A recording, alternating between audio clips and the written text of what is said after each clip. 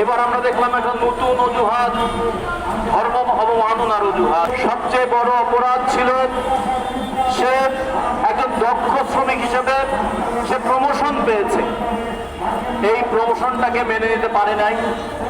অজুহাত হিসেবে দাঁড় করানো হয়েছে ধর্ম অবমাননা, আর পরিচয় হিসেবে দেখানো হয়েছে সে হিন্দু। ফলে একজন মানুষকে হত্যা করা এই দেশে কত সহজ।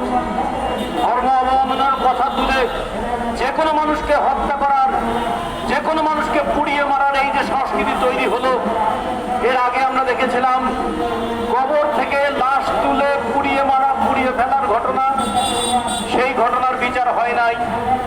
আমরা একের পর এক দেখেছি ধর্ম অবমাননার অজুহাত তুললে যে কোনো সময় যে কোনো মানুষের অধিকার কেড়ে নেওয়া যায়। সেই সহজ পথে আজকে বাংলাদেশকে পরিচালনা করবার চেষ্টা করা হচ্ছে। আজকে আমরা ওই কারখানা কর্তৃপক্ষের অবহেলার যেমন শাস্তি দাবি করি, ঠিক তেমনি মানুষের বিবেকের কাছে এই প্রশ্নটাও তো তুলতে চাই, যদি কেউ কোনো কথা বলে সেই কথা যদি ঠিক না হয় তার যাচাই হবে কোথায়, তার বিচার হবে কোথায়?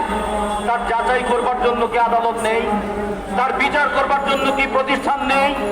আমার ইচ্ছা হলেই যে কোনো মানুষকে যে কোনো অপবাদ দিয়ে তাকে হত্যা করা, এটা কি মধ্যযুগীয় বর্বরতার দেশ নয়? একসময় আমরা শুনেছিলাম ব্রুনোকে হত্যা করা হয়েছিল, আমরা এখনো অবিশ্বাস করি সেটাকে। এই ধরনের নৃশংসতা হতে পারে, একজন মানুষকে পুড়িয়ে হত্যা করা হতে পারে, কিন্তু বাংলাদেশ এখন সেই নৃশংসতা দেখাচ্ছে।